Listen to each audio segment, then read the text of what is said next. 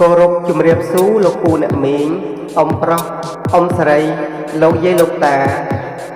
ជាទីគោរពស្រឡាញ់រាប់អានថ្ងៃនេះខ្ញុំបាទសូមលើកបង្ហាញអំពីពូជដំណាំហូបផ្លែជាច្រើនប្រភេទចែកជូនលោកពូអ្នកមីង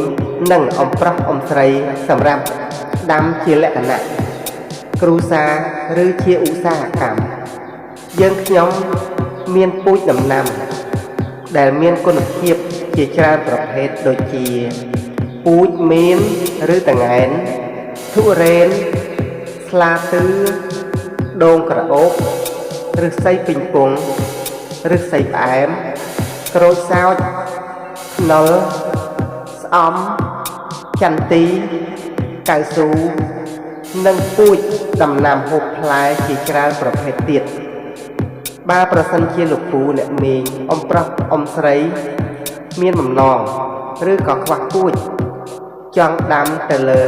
ដីចម្ការជាលក្ខណៈគ្រួសារឬជាឧស្សាហកម្មអាចទំនាក់ទំនងមកខ្ញុំបានតាមរយៈលេខទូរស័ព្ទ060 98 19 98 061